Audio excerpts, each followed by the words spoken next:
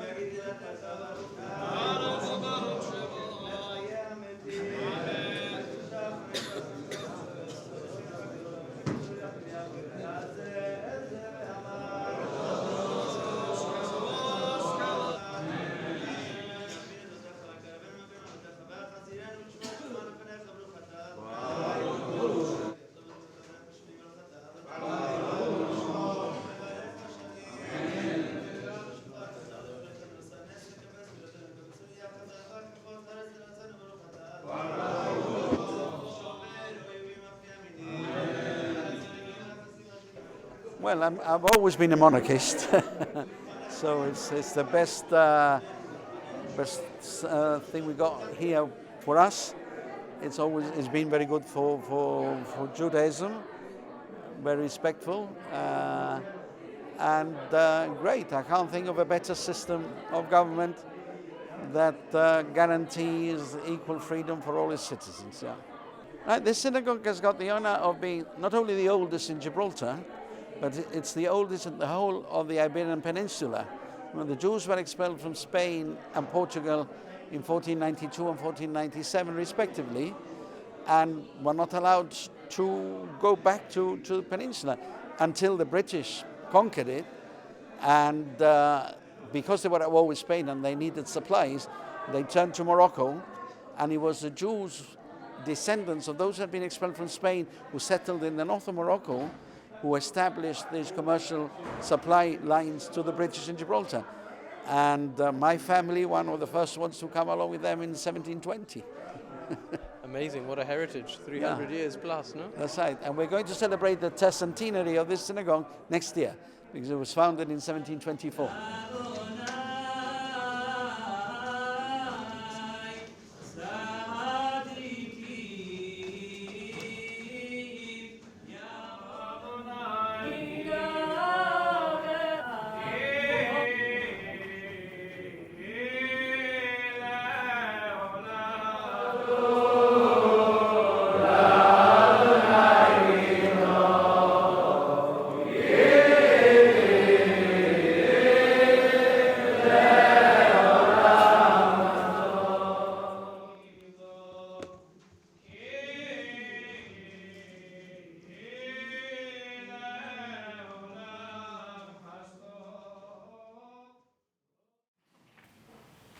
To address you on the remembrance service for the late Queen Elizabeth II, an outstanding monarch of great nobility and ability.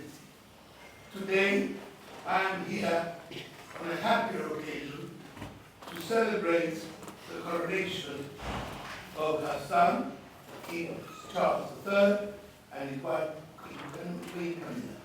For me, the most important step that the new king has taken, respectfully, is to emulate his mother in many of his acts as monarch. Gibraltar very saddened by the passing away of Queen Elizabeth, and is now celebrating the continuity as the coronation of King Charles and his Queen. In preparing my speech today, I had the privilege of reading the speech of my illustrious predecessor, Mr. A.B.M. Surfety, the grandfather of another predecessor, Mr. Abraham Surfety, KC. His oratory is something I could never hope to achieve. The magnificent feeling he conveyed when the community celebrated the coronation of King George VI is the same that I expressed today in my address 86 years later. When I watched the coronation ceremony after the Sabbath, it struck me that the teaching of our Roman rabbis was so apt when they said that one could only just imagine the majesty of heaven by seeing the majesty on earth. Today, we're here to pray for the long and happy reign of King Charles III, a king who has already made his mark as a monarch, valuing and respecting the diversity of religions. This was shown by the participation of all religions, including ours, represented by Sir Fry Mervis, the Chief Rabbi of the United Kingdom and the colonies, the Commonwealth. The sensibility of the palace towards the Jewish religion was taken to a point that when the religious leaders blessed His Majesty, it ensured that the Chief Rabbi did not have to use a microphone, which is something that we Jews cannot use on the Sabbath. That is the level of detail that His Majesty is willing to go into in order to respect religion. The ceremony, of course, is very much based on the coronation of the kings of Israel, even the anointing of the king with oil brought from Jerusalem. To see the Prince of Wales and his family was a delight, guaranteeing that the United Kingdom will have a worthy successor to our king and the continuation of the monarchy, which has done so much for the United Kingdom and the Commonwealth, including Gibraltar. My late brother used to say, England has been good to the Jews, and the Jews have been good to England. I've had the privilege of meeting him on 2 occasions, and he was always respectful and warm towards Judaism and indeed Gibraltar. When my late brother Abraham passed away, His Majesty kindly sent a letter of condolence to the family, referring to his interactions with Abraham on interfaith activity. All in all, the Almighty is smiling on the United Kingdom. Hopefully also much of the Commonwealth, as possible, will continue to have the king as head of state. Whatever the modern pressures against royalty, royalty does enhance the standing and stability of nations. Gibraltar and the Jewish community does not change. Our loyalty to the crown and to the United Kingdom is unshakable. We thank the Almighty for such a kingdom of kindness, as we say in Hebrew, Malchut Shel Chesed. Such a kingdom of benevolence, not only to Judaism, but to other religions. At the end of this service, we will sing the National Anthem in Hebrew, which was compiled by the late and revered Rabbi Benani, a former chief rabbi of our community of blessed memory, for the coronation of King George V in 1910. Our community has been singing the National Anthem since then.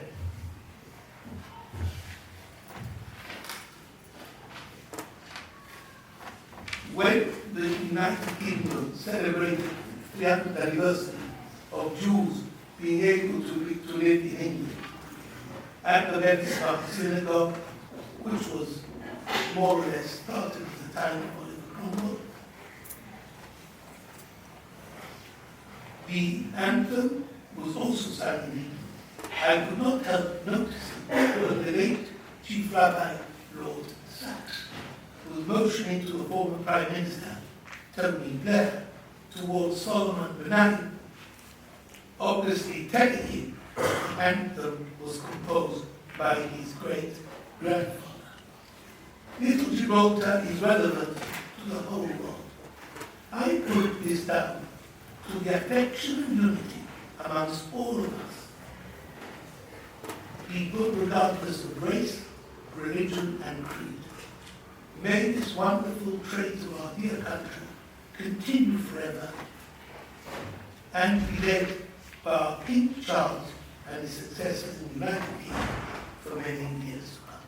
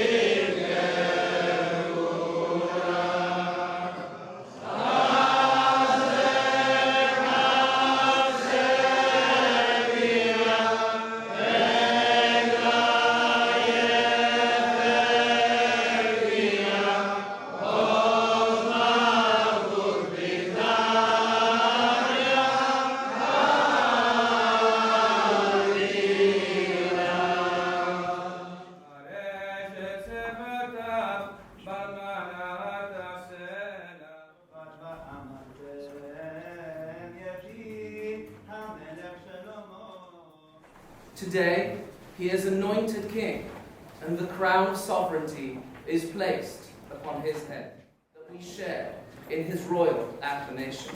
Our hearts are full of gratitude to you, who determines our fate in these lands and has kept us in life.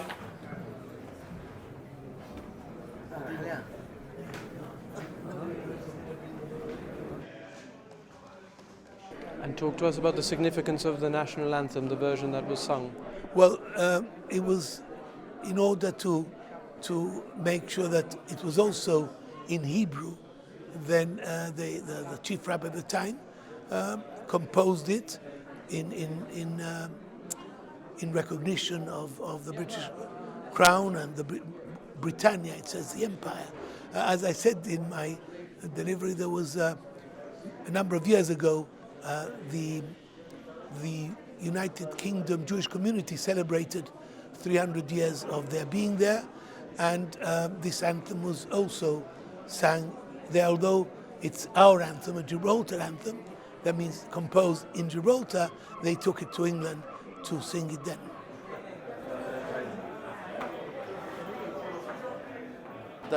We've sang it for every subsequent monarch that we've had, and sometimes we have to change a word from masculine to feminine, depending if it's a king or a queen. But we've been singing it so long for the queen that it was a bit difficult to sing it now in the masculine. Let's hope that he thinks that Gibraltar is worth the visit, because we haven't had the visit by the monarch since 1953, and I remember it. I remember. It would be nice to receive him here. Yes, I hope so. And forget about what Spain is going to feel about it. Let him come here to his loyal citizens in Gibraltar, and I'm sure we're going to give him a hell of a welcome.